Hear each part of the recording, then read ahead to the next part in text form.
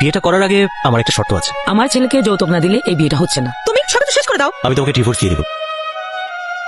তুমি কেমনই মানে মানুষকে ইগনোর করো। সবাইকে না, তার মানে আমি খুব স্পেশাল, তাই না? তোমার যেটা ভালো লাগে তুমি সেটা ভাবতে পারো। মা, আমি একটা ছেলেকে পছন্দ করেছি। ও তাই নাকি? কে সে ভাগ্যবান? আমি তোমার ছেলেদের মতো এতটাও গঠব না যে নর্দমার কাউকে বা ফকিরি ঘরে কাউকে এই বাড়িতে নিয়ে আসবো। আমি এমন একটা ছেলেকে পছন্দ করেছি যে কোটিপতির ছেলে। তুমি কি আমার সাথে কথা বলতে চাও না রুমি? কথা বলার মতো কিছু কি বাকি আছে সাজ্জাদ? আমি জানি আমি অনেক কিছু ঠিক করতে পারিনি। ঠিক করতে না পারা আর চেষ্টা না করার মধ্যে পার্থক্য আছে। তুমি কি তোমার মাকে কিছুই বলবে না? শায়লা, আমি বললে কি কিছু পাল্টাবে?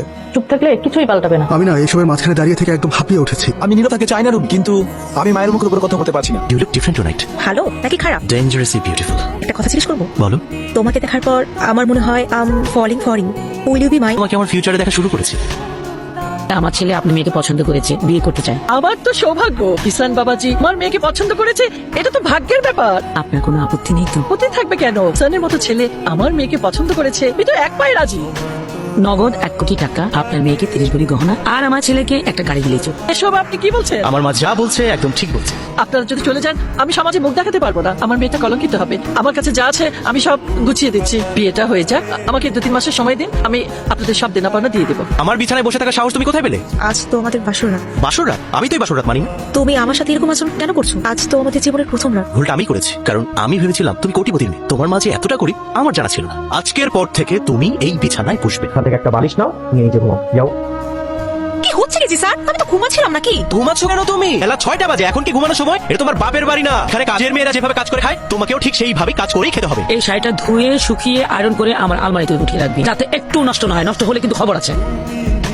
আমার মেয়ে ওই বাড়িতে গেছে 24 ঘন্টাও হয়নি। এখন আমার মেয়ের উপর অত্যাচার, অপমান, এমনকি বাড়ির সমস্ত কাজকর্ম করতে দিয়েছে। খুনি সবাই প্রস্তুত হও, ওই বাড়িতে যাবো। কোন অধিকারে যাবো মা? বিয়েটা তো তুমি তোমার পছন্দ দিয়েছো। তুমি আমাদেরকে কথা বলার সুযোগই দাও। ভাই এত ঠিকই বলেছে, আমরা কোন দিকে যাবো? তার চেয়ে বরং তোমার যেটা ভালো মনে হয় তুমি সেটাই করো। ওকে গুড, তোদের কাউকে আমার দরকার নেই, আমি একাই যথেষ্ট। তবে একটা কথা কান খুলে শুনে রাখো তোমরা, আমি ফিরে এসে জানো তোমাদেরকে এই বাড়িতে না দেখি। চিৎকার করছেন কেন? এটা কি কোনো বাজার? হ্যাঁ বাজার না, তবে আমার মেয়ের বিয়ে হয়েছে 24 ঘন্টাও হয়নি। এর মধ্যে আমার মেয়েকে দিয়ে বাড়ির সমস্ত কাজ করাচ্ছেন। আপনি ভুল শব্দ ব্যবহার করেছেন। আপনি চাইলে আপনার মেয়েকে নিয়ে যেতে পারেন, দরজাটা খোলা আছে। এতে আমার মায়ের কারোরই কোনো আপত্তি নেই। আরেকটা কথা, নির্ধারিত সময়ের মধ্যে আমার মায়ের চাহিদা যদি আপনি পূরণ করতে না পারেন, এমনিতেও আপনার মেয়েকে আপনার বাড়িতেই চলে যেতে হবে। আরেকটা কথা, চৌধুরী বাড়িতে আসার আগে এবারে নিয়ম কানুন, ডিসিপ্লিন, ম্যানার এভরিথিং জেনে বুঝে তারপরে আসবেন। তোরা ব্যাগপত্র নিয়ে কোথায় যাচ্ছিস? আমরা চলে যাচ্ছি মা। চলে যাচ্ছি মানে? তুমি আমাদেরকে অনেকবার বাড়ি ছেড়ে চলে যেতে বলেছো। আমরা যাইনি, ভেবেছিলাম আমরা মানিয়ে নিতে পারবো, কিন্তু না। আমরা কেউ খারাপ থাকতে চাই না মা, কিন্তু আমরা এই বাড়িতে প্রতিনিয়ত ভুল মানুষ হয়ে যাচ্ছি। তোরা যখন চলে যেতে চাচ্ছিস চলে যা, আমি আর তোদের বাধা দেবো না। এই যে এভাবে নাড়ানাড়ি করলে হবে? ঠিকঠাক মতো লবণও দিতে হবে। আবার হা করে তাকিয়ে আছে। এই জমিদারের মেয়ে, ওই ঘরে ঝাড়ু দেওয়া ছিল, আমার ঘরটায় ঝাড়ু দে। আর আসার সময় আমার জন্য 1 গ্লাস পানি নিয়ে আসিস।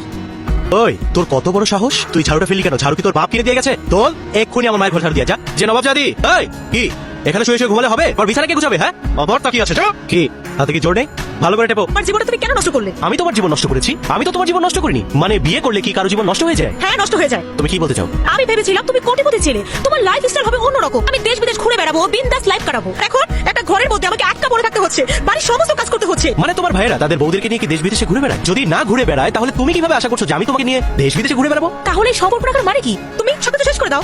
তুমি আমার কাছে ডিভোর্স চাও তাই তো? ফাইন, আমি তোমাকে ডিভোর্স দিয়ে দেবো।